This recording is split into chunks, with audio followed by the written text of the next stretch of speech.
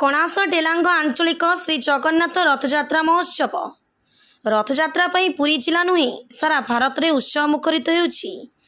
होरिप्रेक्षी में कणास डेलांग आंचलिक श्री जगन्नाथ रथयात्रा कमिटी तरफ संबर्धना कार्यक्रम करा। पुरी जिला सत्यवादी विधायक ओम प्रकाश मिश्र कणास अंचल समाजसेवी सुकांत कुमार सामंतराय रथयात्रा कमिटी सदस्य प्रताप कुमार साहू धानेकेरा ग्राम पंचायत पूर्वतन सरपंच रामचंद्र सामंतराय उपस्थित होते। गुंडीचा मंदिर पानी समस्या बिजुली सुविधा करा विधायक उत्तर करथिले कमिटी सदस्य प्रताप साहू। यह उपरे विधायक करने सतचेष्टा करिपे बोली कहिसंती। वर्ष है ये अनुष्ठान को चले आसू बहु घात प्रतिघात भितर बन्या बात्या अंचल ये जगन्नाथ भावापन्न जड़ित हो तेणु या दीर्घजीवी करने आम ये नूतन विधायक बहुत भरोसा रखीचु। तेणु उद्यम आम दाबीपत्र देचु ये अनुष्ठान को पूर्णांग करेंगे जो गुंडीचा मंदिर टी जगन्नाथ लोकंडा लुणादी जंघार को जो दीर्घ 7 किलोमीटर आसुँच तार व्ययबहुल खर्च को स्थायी रूपे किपरि परिचालना हम ये तेज सरकारी लेवल करने आम दाबी कलु से प्रतिश्रुति देती। आज एक सर्वधर्म सर्वदल समन्वित समन्वय एवं आज गोटे भल खुशी दिन आम ये बीतेलु ये कहूँ। जय जगन्नाथ। संबर्धन आम पूरी सांसद को डाकी वर्षा एवं दैव दुर्घटना से बाटर फेरीगले एवं विधायक पड़ोशी विधायक पिपिली एवं आमर ब्रह्मगिरी डाकी संबोधित करने भी रथशाला ये आंचलिक अनुष्ठान किसी भूमिका रही। डेलांग पिपिली ब्लॉकर पिपिली निर्वाचन मंडल डेलांग ब्लॉकर आमर बहु स्थायी सदस्य अच्छा तेणु से विधायक भूमिका थिला। तो परवर्ती समय आम पुणी ये एकाठी करूँ से आसी किंतु विलंब वर्षा विलंबर से कार्यव्यस्तता फेरीगले तेणु आगामी दिन में आम पुणी या एकत्रित करूँ। विशेषकर सत्यवादी विधायक को आम आज संबर्धित कलु नूतन विधायक हिसाब से आज आम अनुष्ठान तरफ सभापति सुकांत सामंतराय संपादक रामचंद्र सामंतराय और बुद्धिजीवी मानक नहीं आज आम संबर्धित कलु सत्यवादी नवनिर्वाचित विधायक को। जय जगन्नाथ। जो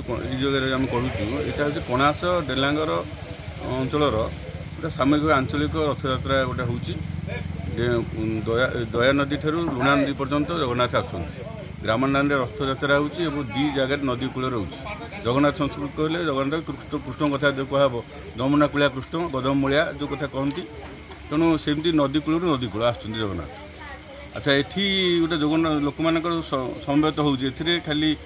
जाति धर्म निर्विशेष जो दलगत निर्विशेष आज सभार प्रत्येक दलर लोक सामिल होते गोटे समवेत थिला जो विधायक एमपी जो मैंने जीति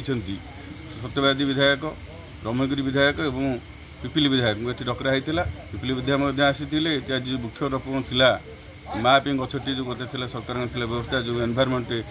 प्रोब्लेम हो जो ग्लोबल वार्मिंग होती गछ लगाई टे समय लेट होबार विधायक मैंने फेरीगले एमपी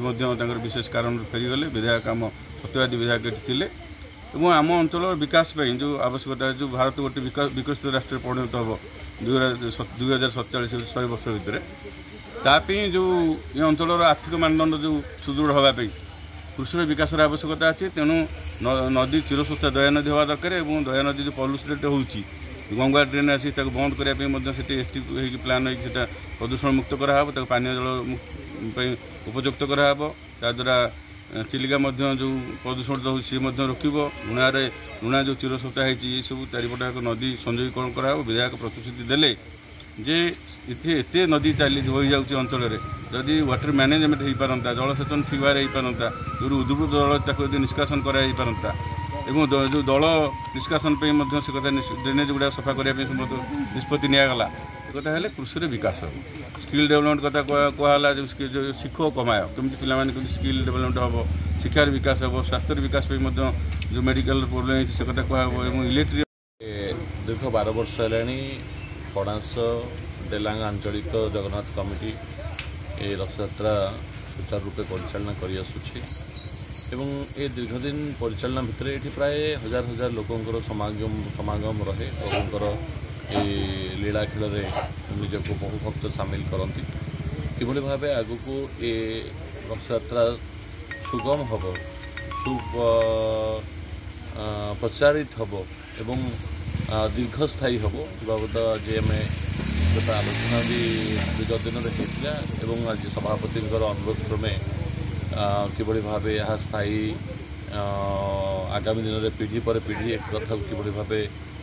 ଚାଲିବ ସେ କଥାକୁ ଆଜି ଆମେ ଆଲୋଚନା ମାଧ୍ୟମରେ ତର୍କ ମାଧ୍ୟମରେ ପାଣିର ସମସ୍ୟା ଏବଂ ଲାଇନ ପାଣିର ସମସ୍ୟା ଦେଖନ୍ତୁ ଇଏ ତ ଆରମ୍ଭ ପ୍ରକ୍ରିୟା ଭିତରେ ଅଛି ସରକାରୀ ଅନୁଦାନ ନାହିଁ କେବଳ କମିଟିର ସଦସ୍ୟମାନେ ବିଗତ ଦିନରେ ସେମାନେ ତାଙ୍କର